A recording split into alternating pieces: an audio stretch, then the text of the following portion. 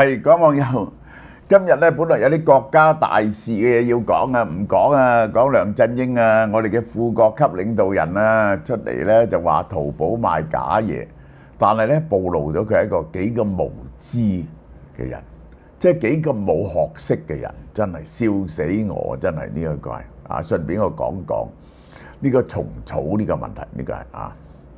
好啦，嗱，有啲台灣產品去咗，佢好賣㗎啦。我同大家數一次，大家快啲去買。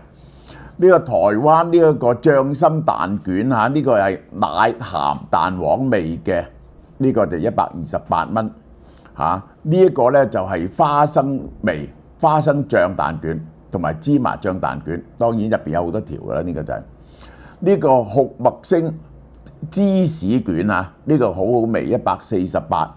有16個粒，即係幾蚊一個嘅啫。呢個台灣高鐵同埋呢個長榮航空咧嘅 snack 就用呢樣嘢嘅。呢個台灣出名嘅肉鬆餅啦，香港冇嘅。呢個又係半肉鋪嘅鳳梨酥係乜嘢咧？有鳳梨酥加埋荔枝味落去嘅，呢個就係6件。呢個就係厚切嘅豬肉乾啦，有蜜汁味、辣味、黑胡椒味。就係台灣高坑牛肉乾，呢個三星花生，呢個沈家花生唔使講，呢個小玉山嚇，嗰啲天然呢個乾嘅台灣嘅生果就不含糖嘅，就係愛文芒果乾同埋鳳梨花乾。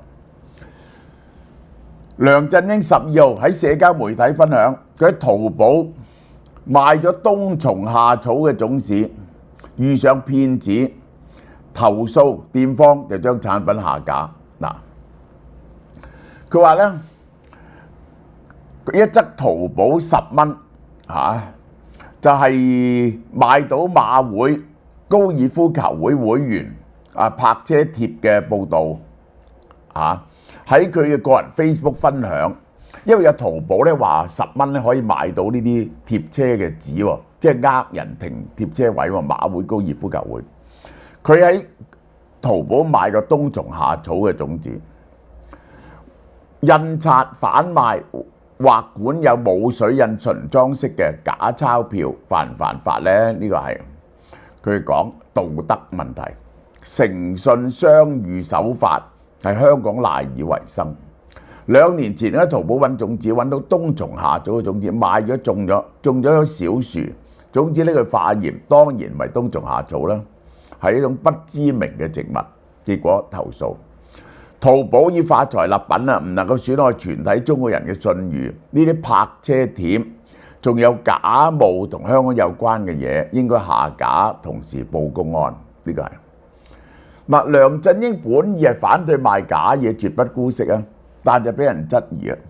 喂，你買種子入口係咪犯法啊？同埋冬蟲夏草係唔係有種子啊？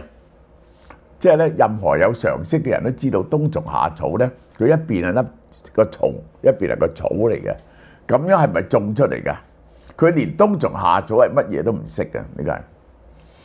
梁振英咧，本來講話支持杜絕假冒因為誠信商譽守法意識係香港賴以為生嘅優勢。點知佢話你咁樣買種子咧，根本就係犯法嘅，根本就係犯法嘅嚇。即係，但係喺淘寶咧最好笑，動物都有得賣嘅喎，可以賣隻狗仔啊，買隻青蛙啊，買嗰啲寄嚟俾你嘅喎。喺淘寶係乜都有得賣。根據植物進口管制及病蟲損害控制條例，所有入口香港嘅植物，包括種子，除非獲得豁免例如種子附有有效植物檢疫證明書，就無需植物進口證先可以進口。如果唔係，你一定有進口證，你一定係犯法嘅，否則必須持有漁農自然護理署發出嘅植物進口證，因為引入一啲不知名嘅植物係可以造成生態環境嘅嚴重破壞嘅。並且附有原產地嘅有效植物檢驗證明書，以防止植物病蟲同埋蟲害傳入蔓延，保護本地植物同農作物係唔准入口嘅。台灣先至嚴格啊，但係任何有豬嘅嘢，種子啊嗰啲真係好大鑊。如果任何人冇合理解釋違反條例呢，一經定罪，可以罰1萬蚊、監禁6個月。嗱，佢買種子係犯法嘅，喺淘寶寄過嚟。而且呢個唔係咁嘅問題，你副國級領導人嚇，佢係好中意種嘢嘅，所以先會買種子。而竟然係冇常識到買冬蟲夏草嘅種子，佢覺得可以發達啦，種咗。冬蟲夏草唔係一般種子可以種嘅，佢嘅生長機制係好特殊嘅。冬蟲夏草係一種真菌同埋昆蟲嘅複合體，佢係一啲真菌嘅孢子入咗一隻昆蟲體內吸收嗰個昆蟲嘅養分，然後生出嚟嘅，呢個就係好啦。真菌冬蟲夏草菌係要感染某種特定嘅昆蟲，唔係任何昆蟲都得㗎。而家咧就只係一種昆蟲嘅啫，就喺高原地帶嘅蝙蝠蛾昆蟲，一種似蝙蝠嘅蛾科嘅幼蟲。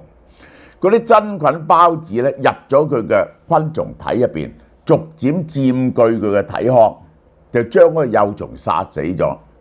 於是咧就喺宿主嘅個尾嗰度出現個子座，就係我哋見到呢個草嘅部分。嗱，呢個佢佔據咗呢個，又喺呢度咧就生咗一棵好似草咁嘅嘢出嚟。傳統上買種子係冇用嘅，因為冬蟲夏草唔係靠種子繁殖嘅，必須有2樣嘢，一個就係真菌孢子，一個就係寄主昆蟲呢條蟲同埋嗰個孢子。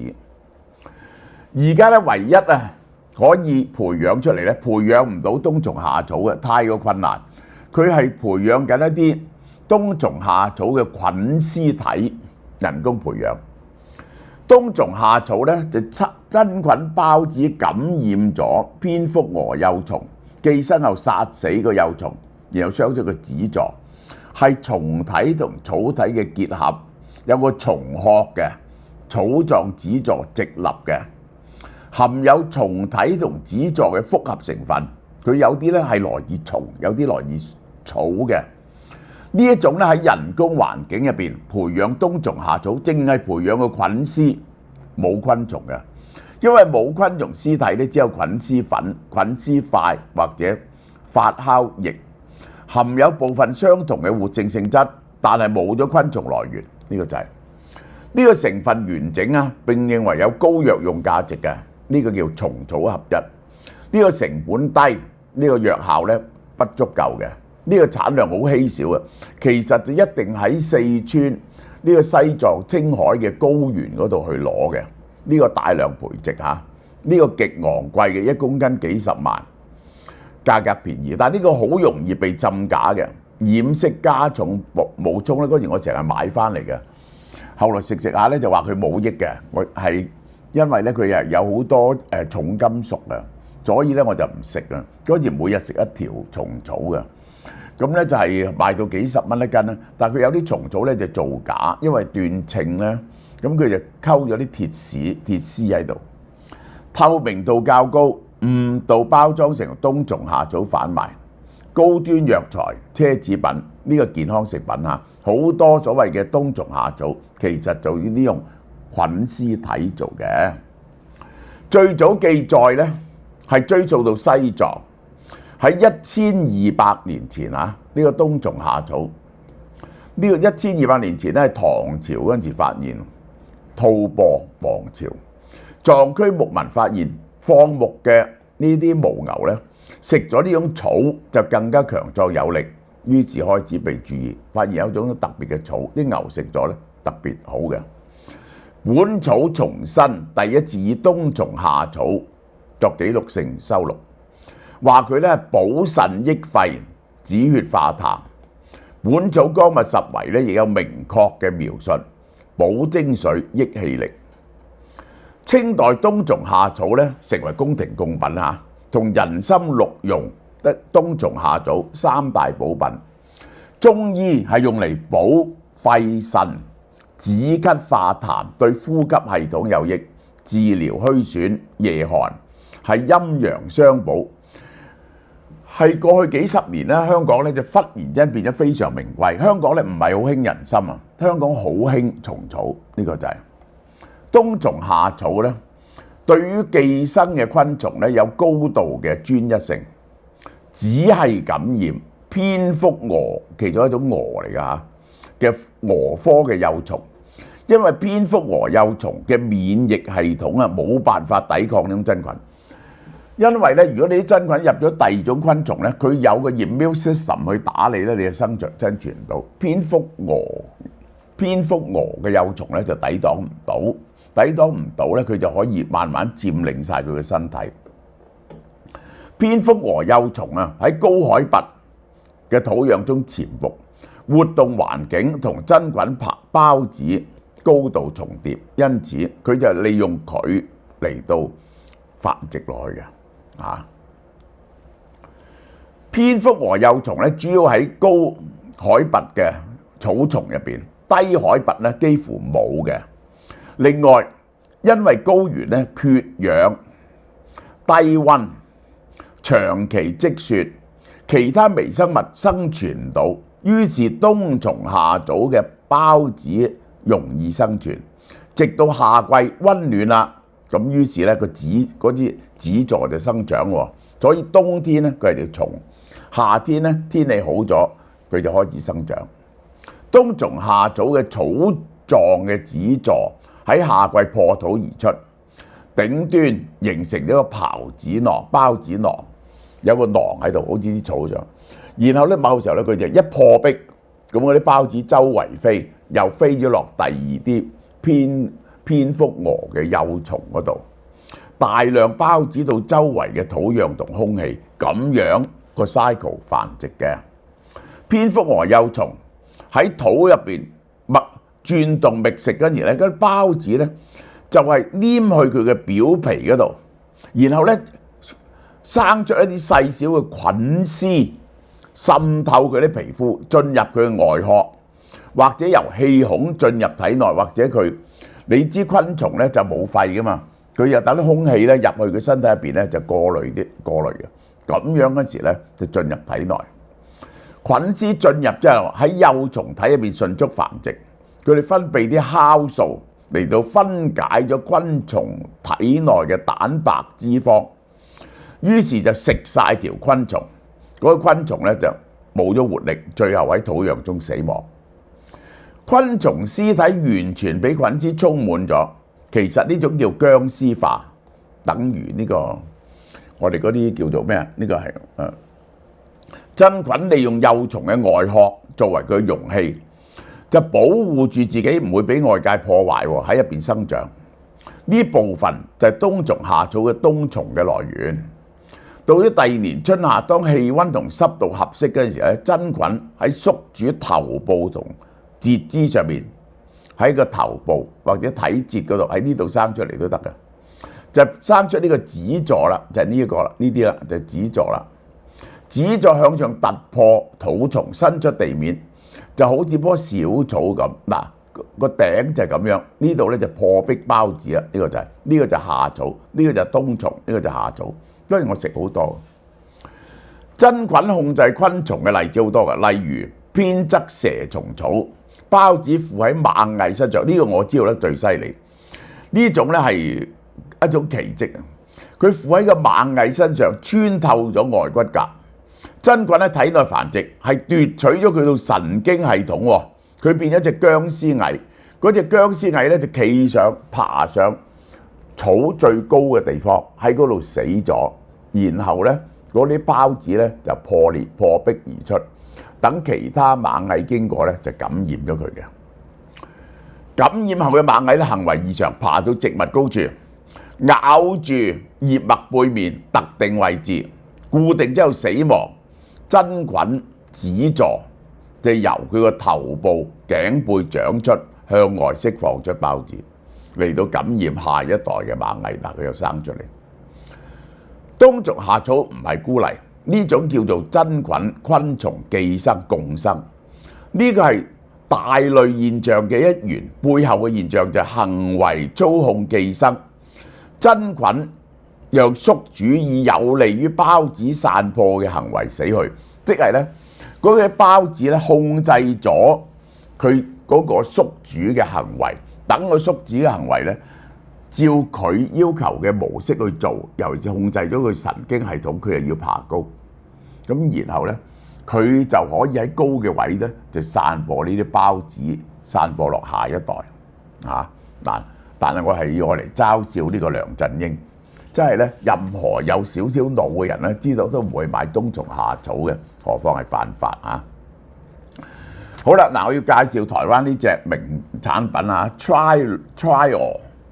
，Triol 蛋白補充劑。我哋而家要健身咧，就要蛋白補充劑。2017年佢完成咗多元口味嘅蛋白質營養補充劑嚇。呢個我嚟增強肌肉、補充營養，我嚟減肥食就好好嘅。乳清蛋白咧係牛奶做芝士嘅副產品，係佔牛奶總蛋白質嘅2成度嚇。根據加工精煉唔同咧，分為好多種嚇。呢種係分離乳清蛋白，呢個咧係將嗰個乳清提煉由個蛋白嗰度咧嗰提煉。芝士嗰陣時咧提煉咗呢啲蛋白出嚟，嗱你睇下好得意喎，呢個係嚇，佢係最高咧蛋白質含量90至95%，我好啱食啊！進一步咧減少脂肪同糖啊，因為咧中國人咧好多唔能夠捱得過乳糖嘅，呢個係唔中意嘅。有好多唔同味道喎，有鐵觀音味道啦、珍珠奶茶啦、泰式奶茶啦，18蚊啫。會員價仲有9折，買一包翻去18蚊，試下呢個。呢個對於補充呢個身體嘅蛋白質咧好有利嘅。第二就係呢個係機能嚇，呢個機能透明分離蛋白，呢個咧就係佢咧呢個咧係進一步提煉喎，將個蛋白咧搞到好似水咁樣，好似清水咁，因此佢就可以溝咗啲生果嘅味道落去，你飲落去好似係生果水，其實係蛋白質，神唔神奇呢？有低脂、低糖、零負擔，有芭樂檸檬、檸檬紅茶啊，每月蔓越莓幾種唔同嘅味道，飲落去似係果汁，其實係蛋白喎，係咪神奇啊？大家多多支持啊！轉眼又到中秋佳節啦，俏貓貓今年誠意推出3款精選月餅，買得多，仲有豐富嘅贈品送俾你。雙黃白蓮蓉月餅咧，當然係傳統之選啦。用大馬嘅鹹蛋黃，口感豐富，白蓮蓉細滑不膩，甜度適中，令人回味。每盒4個，早鳥優惠，原價288蚊，而家特價188蚊。人氣之選嘅迷你金沙奶黃月餅咧，奶黃香氣撲鼻，微波爐輕微叮一叮，香滑升級，入口即溶。每盒8個，早鳥優惠，原價298，早鳥優惠198。新品介紹迷你開心果麻薯月餅，開心果咧有氨基酸，有助心血管健康。粗粒開心果配上 Q 彈麻薯，口感層次豐富，素食者都啱食。每盒8個，早鳥優惠248蚊，原價368蚊。香港製造，絕無添加，安心享用。嗱，而家咧買得多仲有贈品喎。你如果以前買咗咧唔緊要，你只要買夠呢個數，可以改單，一樣有贈品俾你。咁你就係最好幫你啲兄弟姊妹啊、親戚朋友啊、同事啊一齊買埋，咁咪攞到贈品啦。買滿5盒就送台灣沈家3星香蔥花生一樽，價值70蚊喎。買滿10盒呢，犀利啦！送台灣麻豆文蛋柚約3公斤，6至8個，價值288蚊。每年等樹上熟先採摘嘅，果肉細嫩，清甜多汁。買滿20盒送 BG18 魚子醬30 gram， 價值1080蚊，非常名貴。之前已經預購月餅嘅你呢，贈品照送嘅。如果你以前買咗3、4盒，咁你加1、2盒落去，咁就會送到相應嘅贈品㗎啦。月餅網上門只限時優惠嚇，由9月1號起至9月30號售完即止，攞貨日期呢係喺2025年9月19號到10月3號嘅。